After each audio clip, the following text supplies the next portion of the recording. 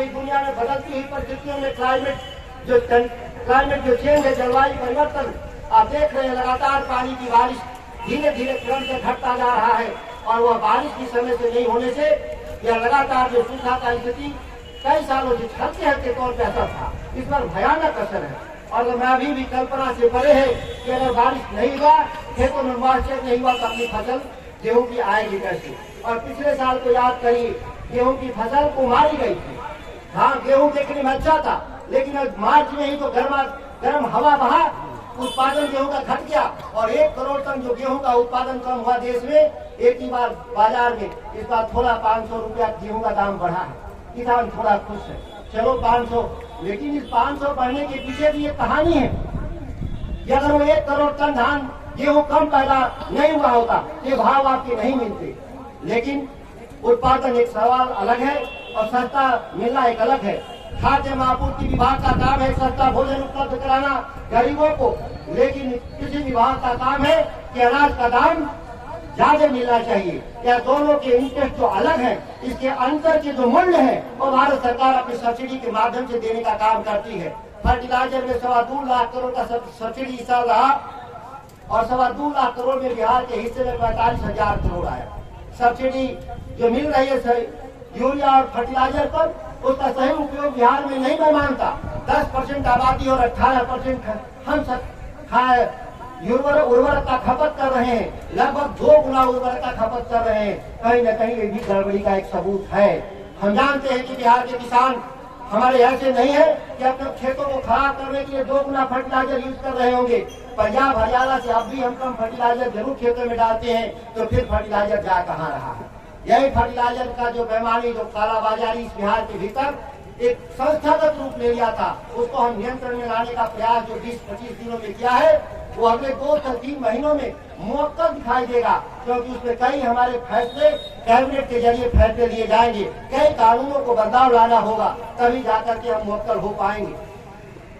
हमारे जो सूखा पड़े हैं, बहुत कुछ सरकारें नहीं देती, मैं विश्वास दिलाता हूँ, लेकिन हम न्यूनतम जो हम देते हैं वो है कि जिस खेतों में खेती नहीं हुआ वहाँ हम 6,500 रुपया हेक्टेयर देते हैं, जो नहीं के बराबर है।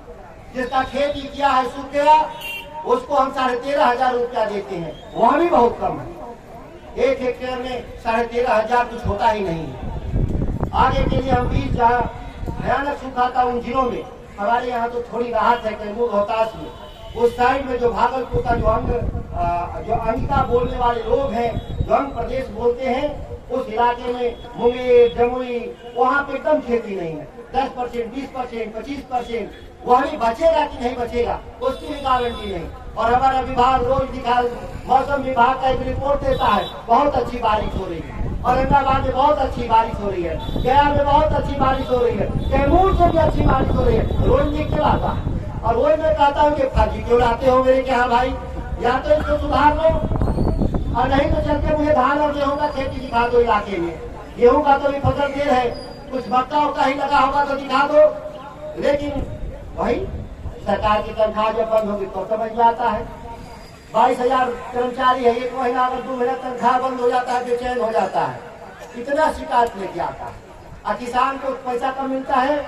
आज हम रोपनी में पैसा का निवेश करेंगे तो अगले गेहूं के समय फाइनल पेमेंट आता है। एक बीज निगम भी है जिसकी चर्चा कर रहे हैं, 420 फर्जी खेती करा करके बीज किसानों को बांटता है, कोई किसान नहीं लेता।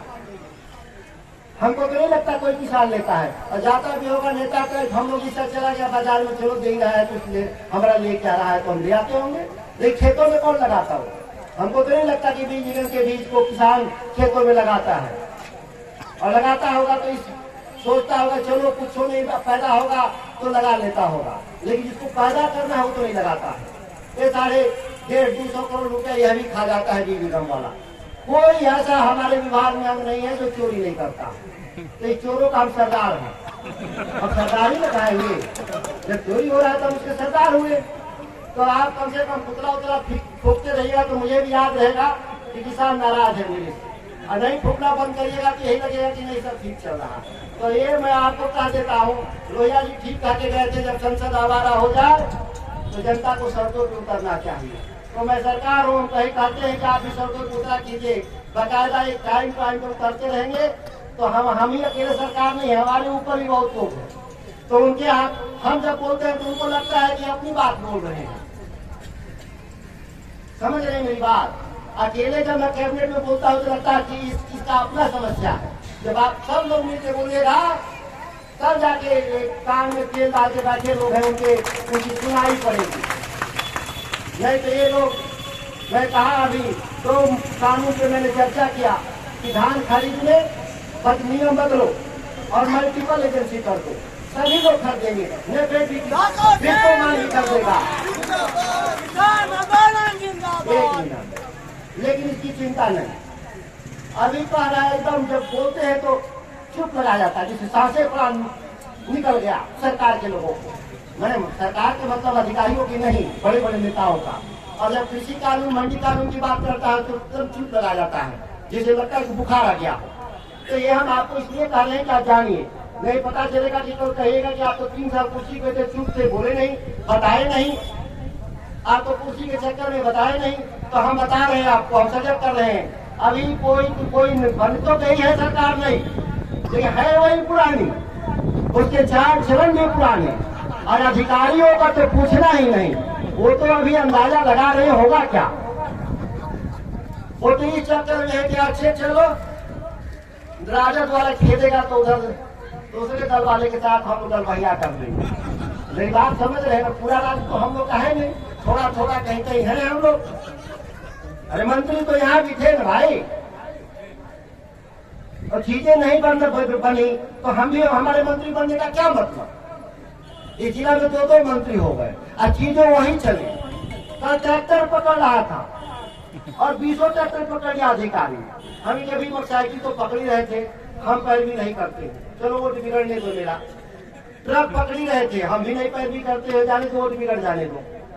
और भी पकड़ता ही रहता था, 4 चक्का भी पकड़ लेता था, तो अभी हम नहीं पैरवी करते थे। कोई दरोगा आके कहते कि मैंने पैरवी किया है। अब ट्रैक्टर पकड़ लेगा तो क्रांति। मैंने कहा कि मैं सड़क पे बैठूंगा, तो माफी मांगा लो कि आज के बाद हम ट्रैक्टर नहीं पकड़ेंगे। अब बताइए, ट्रैक्टर का कागज किसान रखने लगे तो देश खाएगा क्या? हम बड़ा नियम से चल देंगे जिस दिन किसान इस देश में और खाली खाने भर रुक जाएंगे और बेचना बंद कर देंगे तो हो गया देश का कल्याण। अब इंश्योरेंस लाइए, ऑनर बुक लाइए, पोल्यूशन कंट्रोल लाइए। ट्रैक्टर वाला बेचारा किसी तरीके से ट्रैक्टर खरीद लिया, हम क्या काम का किया, क्या यह काम? तो हम हटाए हैं, समझाए हैं, लेकिन वो सरकार तो पुरानी है, वही भ्रष्ट अधिकारी है इस जिला के। राखी खारिज का सवाल हो, कोई सवाल हो, बड़े गर्व से मैं 3-4 बार विधानसभा में बोला कि आप कानून तो बनाए हैं, सेवा का कानून कि 60 दिन में देही राखी खारिज होगा तो तनख्वाह कटेगा। हमें विधानसभा में पूछा, किसी का तनख्वाह कटा बिहार में? कोई जवाब नहीं आया। अब कह सकते हैं कि मंत्री हम ही हैं आज, तो हमको जवाब देना है। तो देखिए क्या जवाब होता है। हमको लगता है किसी जवाब मांगने में कहीं मेरा ही छुट्टी न हो जाए। होगा ही, जानते हैं होगा ही। हम तो क्रांतिकारी आदमी है, धरना प्रदर्शन करके यहाँ तक आए, किसी कृपा से थोड़ी चुनाव जीते हैं। टिकटे भर में मिला था हमको, वोट तो गाया था, वोट तो हम लोगों ने, जनता ने जबरदस्ती पहुंचा दिया विधानसभा। वोट गाया था, 10 में भी चुनाव लड़े थे, जो टिकट मिला था उसमें वोटे गायब हो गया। टिकट तो इस बार भी टिकट थे तो वोटे गायब हो गया था। तो लोगों ने कहा इसको पहुंचा ही नहीं देना ही, तो हम पहुंच गए तो हम बोलेंगे। वो सरकार के भीतर बाहर के तो भी बोलते थे, सरकार के भीतर है तभी भी बोलेंगे। और आपको हम आगाह करते रहेंगे कि सरकार में क्या क्या गड़बड़ी है, और आप उस हिसाब से निर्णय लीजिएगा। वो बहुत छलावे और धोखे में नहीं रहना है। दिल्ली की सरकार धोखा देगी या राज्य की सरकार धोखा देगी, बदला सबसे समान रूप से लीजिएगा, हमारी गारंटी पे नहीं रहिएगा। हमारे विभाग में जो गड़बड़ी होगा हमको बताइएगा, उसको सुधारेंगे। हम इसी चंद शब्दों के साथ अपनी वाणी को विराम देते हैं। जय हिंद, जय राष्ट्रीय जनता दल।